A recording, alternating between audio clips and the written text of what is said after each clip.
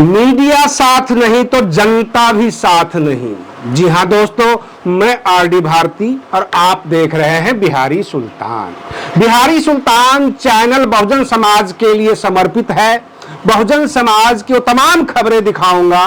बसपा कहां से ताकतवर है, कितने मोर्चे पे लड़ रही है, सब बताऊंगा। बिहार के अंदर 243 विधानसभा सीट में करीब 38 से 40 सीट जो है रिजर्व है। 2 एसटी के लिए, शेड्यूल ट्राइब्स के लिए, और 38 जो है वो शेड्यूल कास्ट के लिए बिल्कुल आरक्षित है। मैंने शुरू में कहा कि अगर मीडिया साथ नहीं तो जनता भी साथ नहीं। मैं साफ बातें करता हूं और सटीक रिपोर्टिंग करता हूं। आज मैं ठोक के कह सकता हूं, अगर आप पूजा पाठ करते हैं, अगर आप धर्म कर्म करते हैं, तो आपको भिखारी होने से कोई रोक नहीं सकता। इस देश के तमाम मंदिरों को देखिए, जितने पुजारी हैं वो परमानेंट भिखारी हैं, क्योंकि मालिक वही है जो मंदिर का मैनेजर है, प्रबंधक है।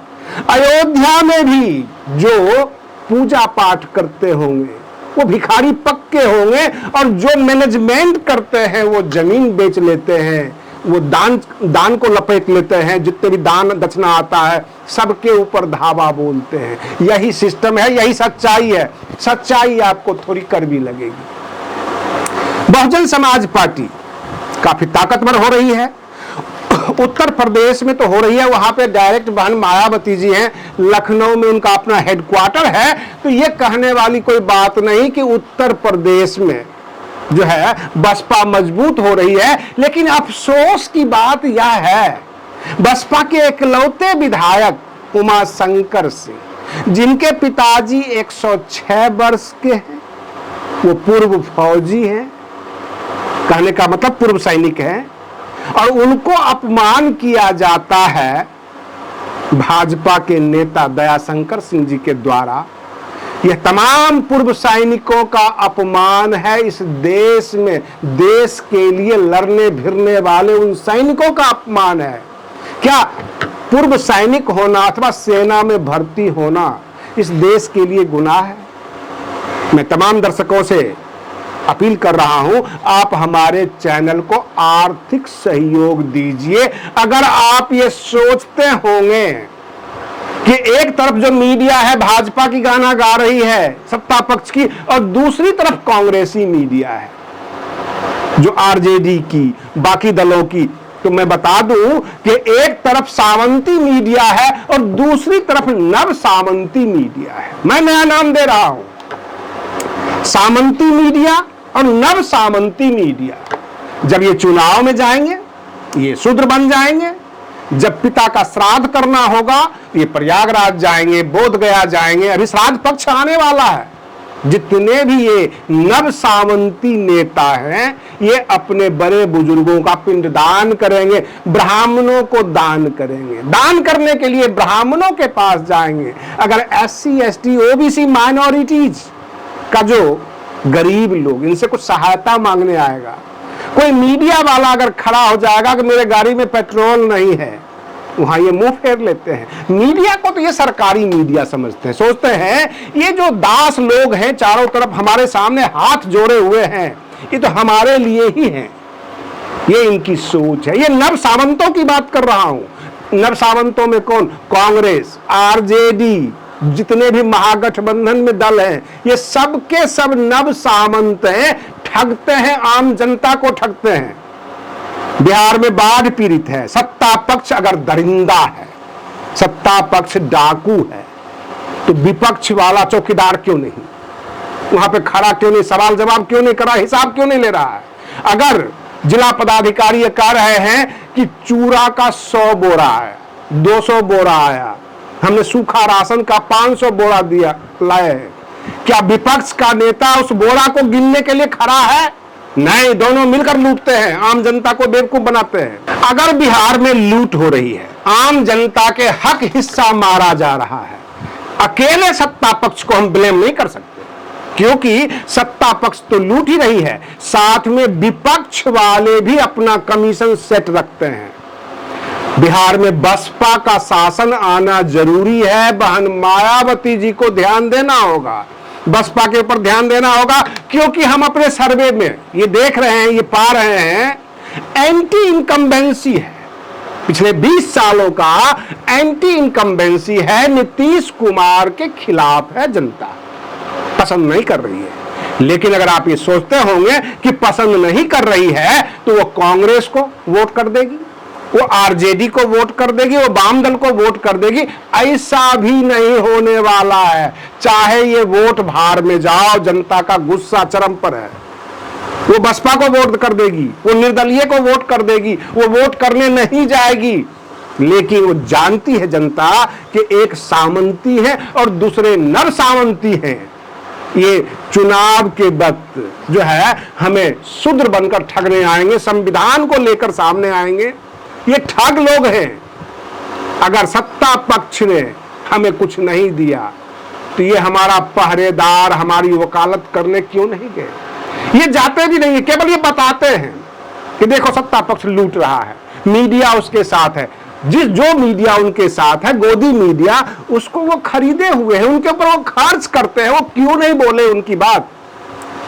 जो आपकी बात बोलती है, जो आपके लिए लड़ती भिड़ती है, जो सत्ता का हर चीज दिखाती है, उसको आप क्या देते हैं? तेल पेट्रोल का पैसे भी नहीं देते हैं। सोचते हैं कि इनका तो जो है सरकारी मीडिया है, हमारा अधिकार है मेरे पक्ष में बोलने के लिए। अगर ये सत्ता के खिलाफ बोलेंगे तो बाकी बातें तो हमारे पक्ष में ही जाएगी, आपके पक्ष में क्यों जाएगी? ना जनता बेवकूफ है, ना मीडिया बेवकूफ है, नंगा करके रख देंगे। अगर कांग्रेस, आरजेडी, वाम दल इस मुगालते में है कि नीतीश कुमार के खिलाफ एंटी इनकम्बेंसी है तो तमाम वोट मेरे पक्ष में आएगी, ऐसा नहीं होने वाला है। जनता निर्दलीय को वोट देगी, जनता बसपा को वोट देगी, जनता तीसरी तरफ चली जाएगी, वोट देने नहीं जाएगी, लेकिन आपको वोट नहीं करेगी। जनता आपसे बेमुख हो गई। इस देश के प्रधानमंत्री नरेंद्र मोदी तिस्मार खां नहीं है। वो जनता का गुस्सा जो कांग्रेस के खिलाफ था उसका वो फायदा ले लिया। अगर 10-15 सालों से वो राज कर रहे हैं तो कांग्रेस के सताए हुए लोगों के गुस्से की वजह से, जो कांग्रेसियों ने इस देश के मासूम जनता को सताया, परेशान किया, अपनी एरोगेंसी में, अपने घमंड में ये चूर रहते हैं। जब इनके दरवाजे पे आप जाइए, जब इनका पूजा पाठ होता है, ये किसी को कुछ नहीं समझते, जमीन पर बिठाकर खिलाते हैं और ये सोचते हैं हम उपकार कर रहे हैं।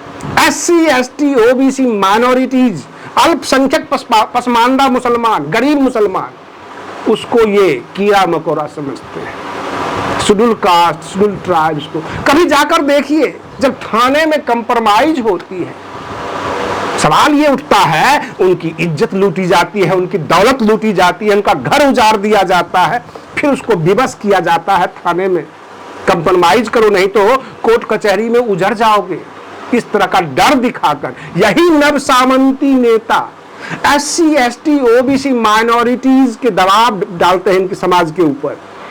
इनको चुनाव जीतने से पहले कुछ चूसते हैं, चुनाव जीतने के बाद कुछ चूसते हैं।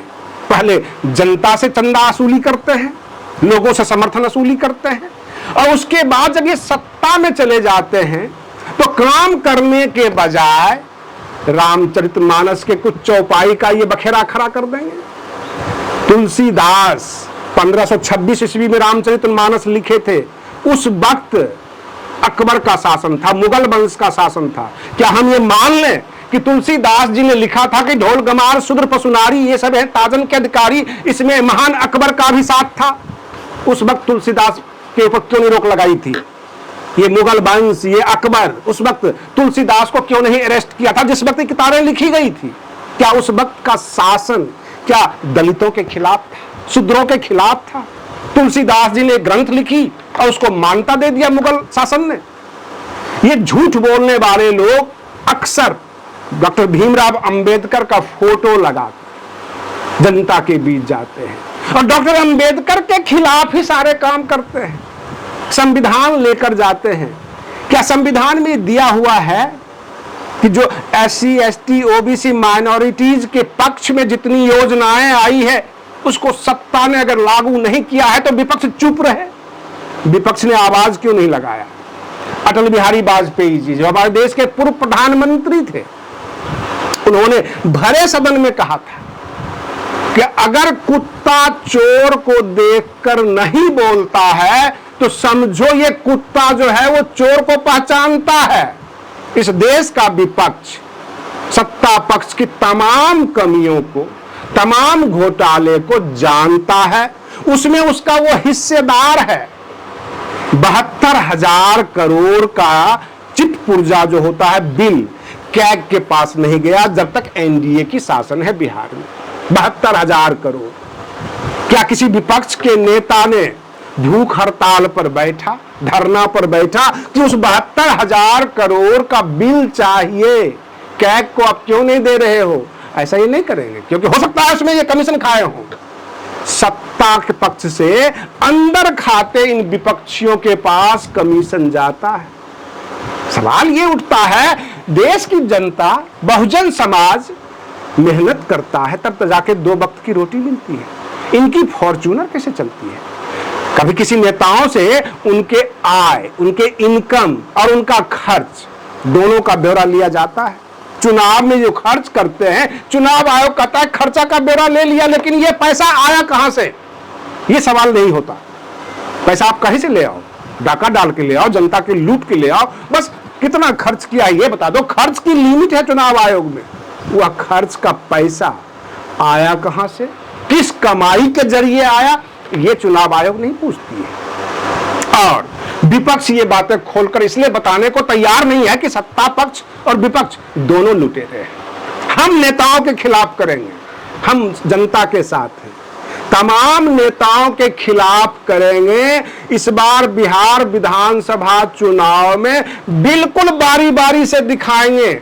सत्ता पक्ष का ये काम है और विपक्ष यहां चुप रहा है। ना इनको वोट दीजिए, ना इनको वोट दीजिए। अगर देना है तो निर्दलीय को वोट दे दीजिए, अथवा बहुजन समाज पार्टी के जो नेता हैं वो बेचारे कभी सत्ता में आए नहीं बिहार में, ना कभी वो ताकत में रहे हैं, तो जाहिर सी बात है, और ना उनके पास फॉर्च्यूनर है, ना उनके पास कोई बड़ा घर है, तो इनको वोट दे दीजिए गरीब लोगों को। क्योंकि 2 बड़े बड़े लुटेरे एक दूसरे की कमियां दिखाकर आम जनता को लूटते हैं, आम जनता को गुमराह करते हैं। ये जो नव सामंती हैं, जो कल तक अपने आप के नाम के पीछे शूद्र लगाते थे, उनकी बड़ी बड़ी गेट देखिए, बड़ी बड़ी गाड़ियां देखिए, उनके आव भगत करने वाले चेले चपाटे को देखिए, फिर समझ में आएगा कि यार तो हम गलत जगह आ गए, गलत गेट का दरवाजा खटखटा दिया। ये नव सामंत हैं, ये अगर दान करेंगे, अगर कुछ देंगे दक्षिणा में, ये ब्राह्मणों को देंगे, ये शूद्रों को नहीं देंगे, ये SC ST OBC माइनॉरिटीज को नहीं देंगे। पश्चिम बंगाल में भी भाजपा का शासन नहीं है, TMC का है, लेकिन पसमानदा मुस्लिम जो है वो सीधे कहता है कि भाजपा को तो हम वोट दे नहीं सकते, और ममता दीदी ने हमें कुछ दिया ही नहीं। तो जाहिर सी बात है कि तीसरे की तलाश है। तीसरा में एक राष्ट्रीय पार्टी बहुजन समाज पार्टी है बिहार में भी, और 30 से 40 सीट है जो रिजर्व सीट है, वहां बसपा बड़ा खेल करने वाली है।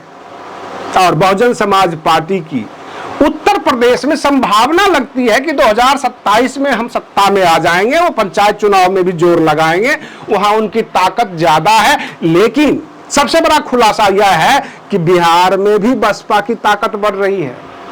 बसपा के जो नेता हैं वो नव सामंती नहीं है, ये क्लियर मैं बता देता हूं। वे गरीब लोग हैं और गरीबी के वजह से ही चुनाव हारते हैं। साफ सुथरी बातें, उनके पास पैसे उड़ाने के लिए इतने पैसे नहीं होते, लेकिन उनमें इतना बड़ा दिल है बसपा के समर्थकों में, मैं कह सकता हूं बसपा के नेताओं में इतना बड़ा दिल है कि अगर 5 आदमी मीडिया का भी उनके दरवाजे पे पहुंच जाए, भोजन करा देंगे, आने जाने का किराया भाड़ा दे देते हैं, इतना बड़ा दिल रखते हैं। और ये तो बड़े बड़े जो बैठे हुए हैं, जो अपने आप को शूद्र कहते हैं, ये तो 1 रुपये नहीं देते, ये तो कहते हैं हम राजा हैं, उस राजा को हटाओ और इस राजा को सत्ता में भेजो। ये इस टाइप के लोग हैं। बिहार मांग रही है बसपा सरकार, क्योंकि बहन मायावती जी ने शेर और बकरी दोनों को एक घाट में पानी पिलाया। 2007 से 2012 के शासन में एक आयरन लेडी के द्वारा यह साबित कर दिया गया कि उत्तर प्रदेश की सभी जनता एक समान है। बिहार की जनता भी यही चाहती है कि मायावती को ले आओ। भले ही बहन मायावती जी बिहार की मुख्यमंत्री ना बने, उनके दिशा निर्देश पे उनके जो नेता है काम करेंगे। कम से कम ये नव सामंत नहीं है, ये सर्व समाज की बात करती है। ना ये मंदिरों के आगे नाचते हुए नजर आएंगे, ना ये मस्जिदों के आगे नाचते हुए नजर आएंगे।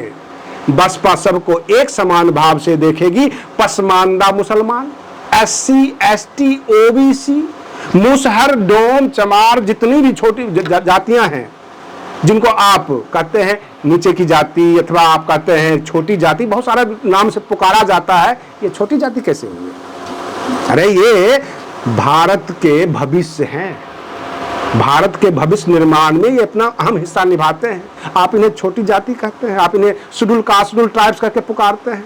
आज के लिए बस इतना ही। आप बने रहिए बिहारी सुल्तान चैनल पर। हम फिर मिलते हैं अगले वीडियो में, तब तक के लिए धन्यवाद।